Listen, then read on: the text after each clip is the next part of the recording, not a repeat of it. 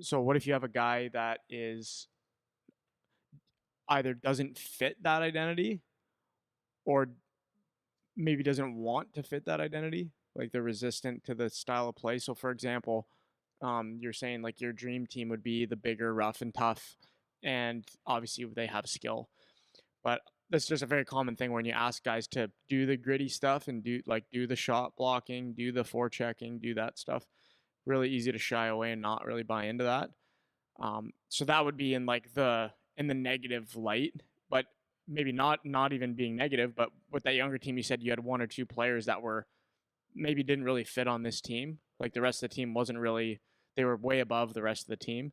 So maybe kind of talk about what do you do if you have players that don't fit in that theme that you have for the team or in that identity. They have Are you talking good or bad?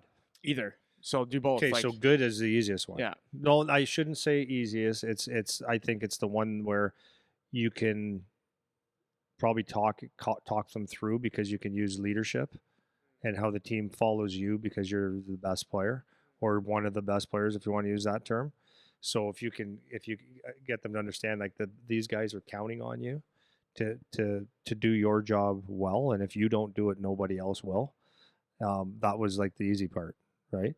The kids that didn't have the talent, let's say from a talent standpoint, they just couldn't figure it out, or they didn't have the brain for it, or whatever.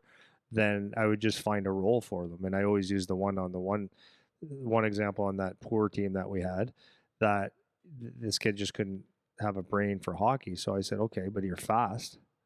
So instead of saying, you just don't get it, kid, I just changed the tune to make him feel good. Not make him feel good, but to help the team and to I guess make him feel like he was important. And I'd say, you know what, when you're on the ice, I don't even care what you do, just go wherever that puck is. I want you to go at it as hard as you can. And he did. And for him, it was good because he didn't have to overthink. And the guys on the ice with him knew that's what he was going to do. And he had some success out of it because he was like took a lot of pride in his one job that I gave him. Right. And then he might be on a breakaway, he's not even going to hit the net. He might do something just like you go, how did that even happen? He might be on on a breakaway, but a guy ahead of him, he would never give him the puck. He didn't see it. But we live with that. But he did some good things, so we took pride in that. And then it got to the point where he was actually not bad at penalty killing, so I could throw him out on penalty killing because I gave him a roll. Go chase the puck wherever you want. The other guys will do their thing, and it worked, right? And the guys knew it, and I didn't put it in a negative way for them.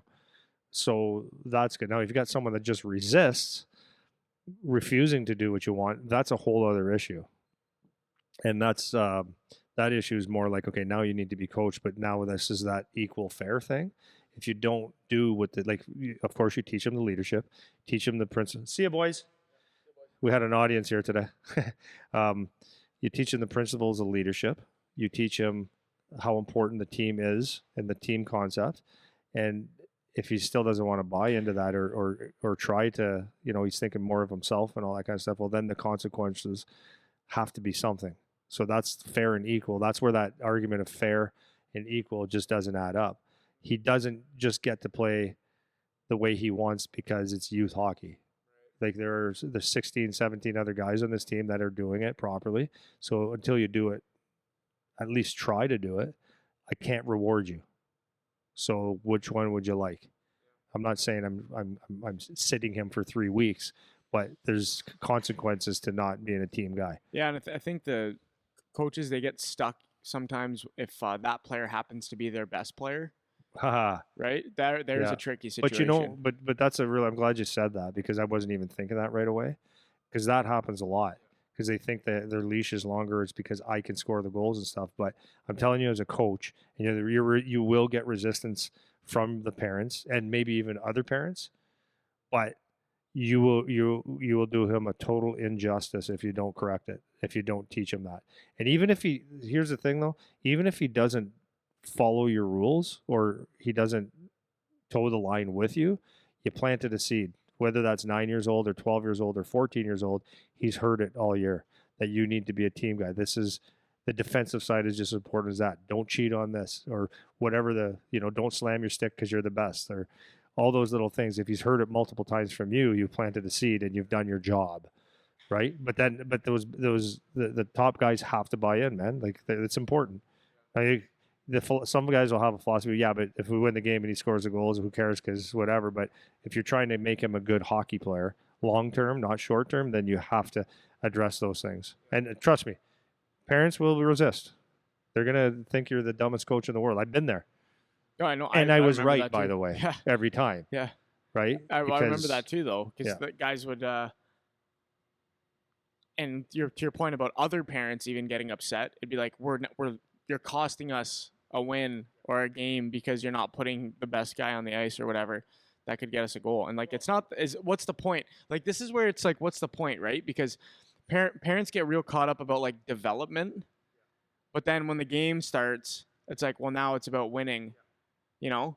So the parents are just as at fault as coaches and teams are with that development versus winning thing because they all want to bark about development when they're not in that setting. Well, it's like this is kind of part of development, man. You got to learn how to play the game properly. development's a buzzword. Eh? Yeah, I know. Like I'm not trying to be like Joe Cool guy here, but it is. It's a buzzword. If you say development, what does it mean? Pylons? Does it mean what? Winning games? Does it mean What should mean learning to play the game right? properly. Yeah, That's what it should mean. yeah, You know? yeah. I'm a big fan of that. Like, I guess the question you want to ask, both as a coach, as a player, not both, all three things, coach, player, and parent. I guess the question you want to ask is, do I want to be a really good player, or do I want to be the star today, and not actually improve my game to the point where when I get to junior or when it actually really matters, that I have to relearn it there, right? And I'm not saying that you have to coach that they're perfect players, but habits like laziness, bad body language, selfishness, um, not being a team guy, that's selfishness, I guess. All those things, not listening, doing your own thing because you can. Those things need to be dealt with at least from your point, so that you've done your job. Because if you don't, then it will, like, here's the thing, it will bite you in the ass at some point when you just think you're too good. I've seen this not hundreds of times, like hundreds and hundreds of times, where you were just thought you were better, or you just didn't have to learn that part. And being really honest, myself as a player, there was times where I said, yeah, like D zone as a kid, I always worked hard, but it's like the details of it, I didn't really have to, because I could kind of piss around, or get it when I wanted to, or score a goal Yeah, like you're that just was better. sick. Yeah. Yeah. Yeah. But did it hurt me in the end? Like, I fixed it, I learned, but why didn't I just learn it myself, or have a couple people around me, like family or friends, that say, no, this is why it's important? It'd be great to have that around, right? Yeah. So Yeah.